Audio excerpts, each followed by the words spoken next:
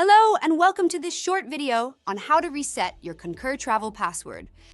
If you're at your desktop or laptop and need to reset your password, simply navigate to the concursolutions.com website.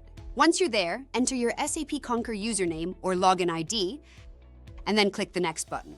If your email address is verified, you will be shown the option to log in with your Concur password or the option to receive an email with a one-time link to log in.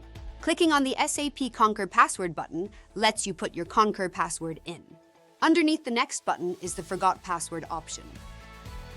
Clicking on this lets you enter the email address Concur has for you to receive an email with a link to reset your password. Once you receive your email, click on the link and reset your password. Remember, the link will expire in 24 hours if not used. If you're using Concur Mobile, you can reset your password in a similar way.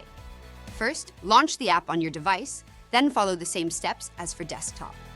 If you continue to have problems, please contact your company's help desk or travel and expense department. Also, remember, your company may not let you change your password, but instead require you to use your company's identity provider sign-in page. Additionally, if your company uses single sign-on (SSO), please try that URL. If you are continuing to experience issues resetting your password, contact your company's administrators for additional help.